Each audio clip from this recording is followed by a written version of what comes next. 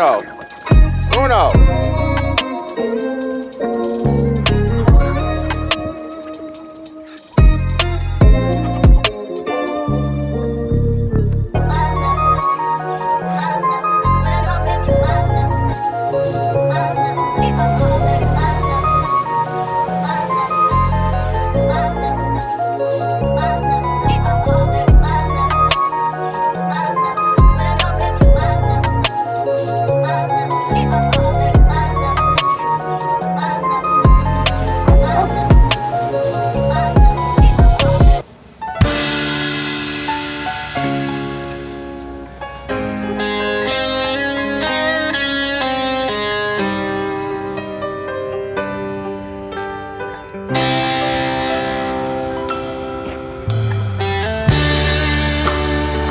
Happy Saturday, everybody, and welcome back to the farm.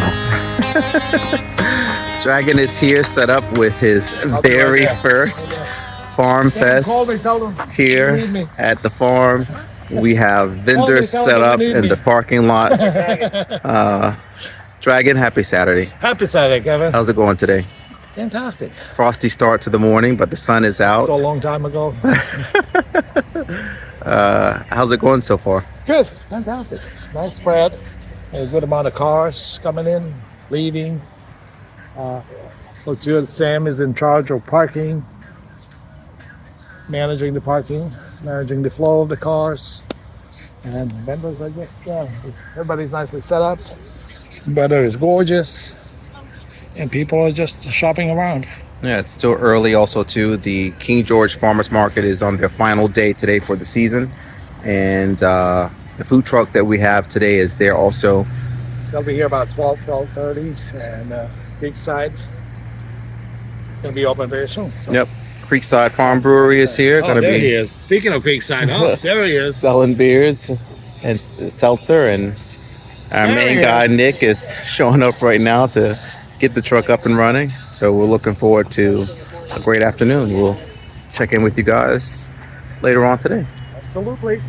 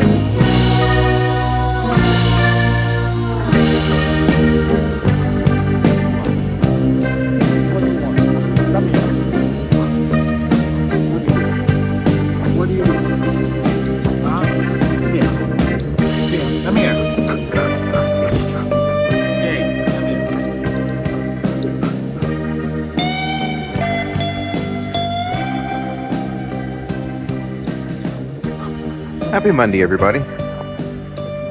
And welcome to a day of rest.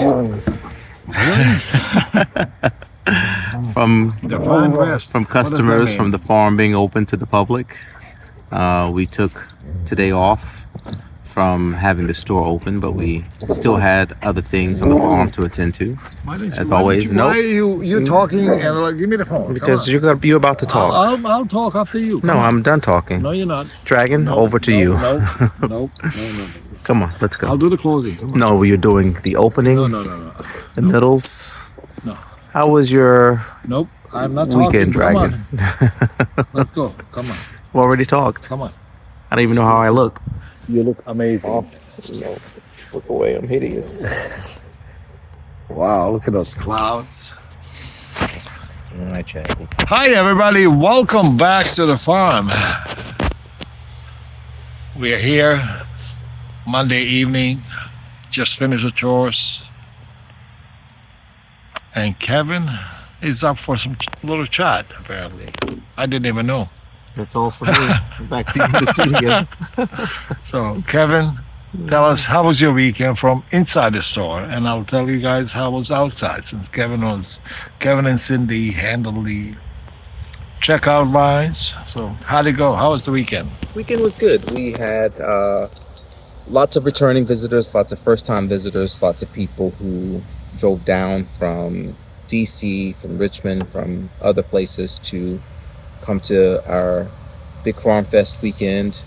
And Saturday, the energy was just electric. There were kids everywhere. There were lines everywhere inside the store, wrapping through our retail nook at one point in time and just trying to restock product as much as we could, as well as keep the lines moving as quickly as we could, as well as spend time with people as much as we could, because that's one thing that we try to always do here is we never want people just to feel like they are coming through the line and they're simply a transaction when they come to our farm. And even during the busy moments, we want to make sure that when you're standing in front of us at the counter, that you are our priority, just like the next person will be once their time comes to belly up to checkout. And I think we accomplished that. We might not have been able to indulge in some of the deeper conversations or all of those suggestions from some of the folks that love to provide suggestions to us, but we know they'll be back and we'll be here, and on days when we aren't doing Farm Fest, which is the rest of the year, we'll be able to have some of those conversations. But a huge thank you to everybody for all of their patience as well, and giving us the time and the space we needed to treat everybody like the special customer that we wanted them to feel like as they came through the store, both Saturday and Sunday. I will say that on Sunday, I've said that the vibe was a lot more chill than it was on Saturday.